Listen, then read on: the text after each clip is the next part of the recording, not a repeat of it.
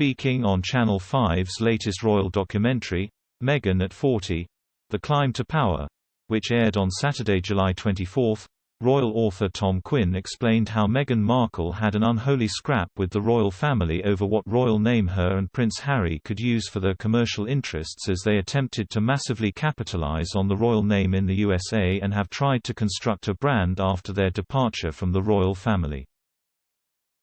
The comments come as Meghan and Harry continue to forge lucrative media deals with Netflix, Apple and Spotify, have set up a media company called Archewell and have recently announced plans to publish 4 new books in a deal thought to be worth an eye-watering $40 million. Royal expert explained how when the couple went to Canada, there seemed to be an unholy scrap over what the Sussexes wanted to be called. Mr. Quinn said, "They wanted to be Sussex Royal. Again, this is an American culture thing coming in via Meghan. She, having crossed the Atlantic, began to think, we have got to be a brand. That terrible word that the royal family would always think they're talking about brands, it's awful."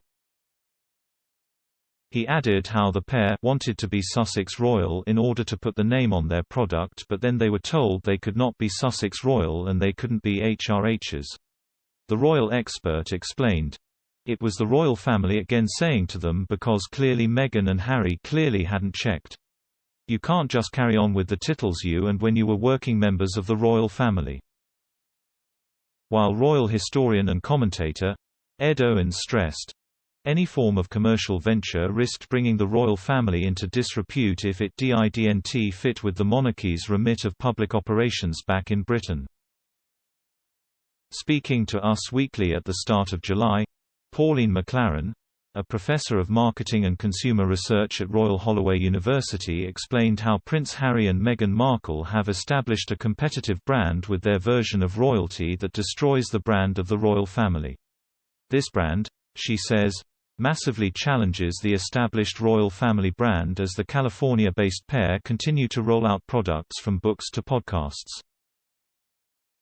The consumer expert, who wrote Royal Fever: The British Monarchy in Consumer Culture, said, "They are taking that forward in the States and in a way challenging the royal family brand.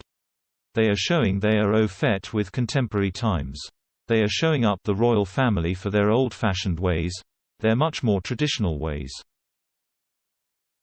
But Professor McLaren warned the pair of their actions in using royal family titles as a basis of their brand despite the criticism Harry and Meghan have leveled at the royals.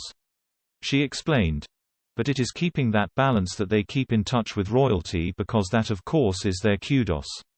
Professor McLaren went on to explain how the Sussexes have established their own brand with a heavy emphasis on victimhood which has a massive market in the USA. The professor stressed, "They have fairly successfully launched their brand as a kind of rebel royal brand.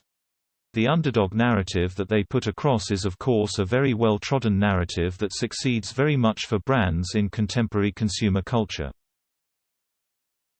In setting themselves up in the way they have in the US, I think they are repeating that narrative in the way they are both blaming the royals in different ways.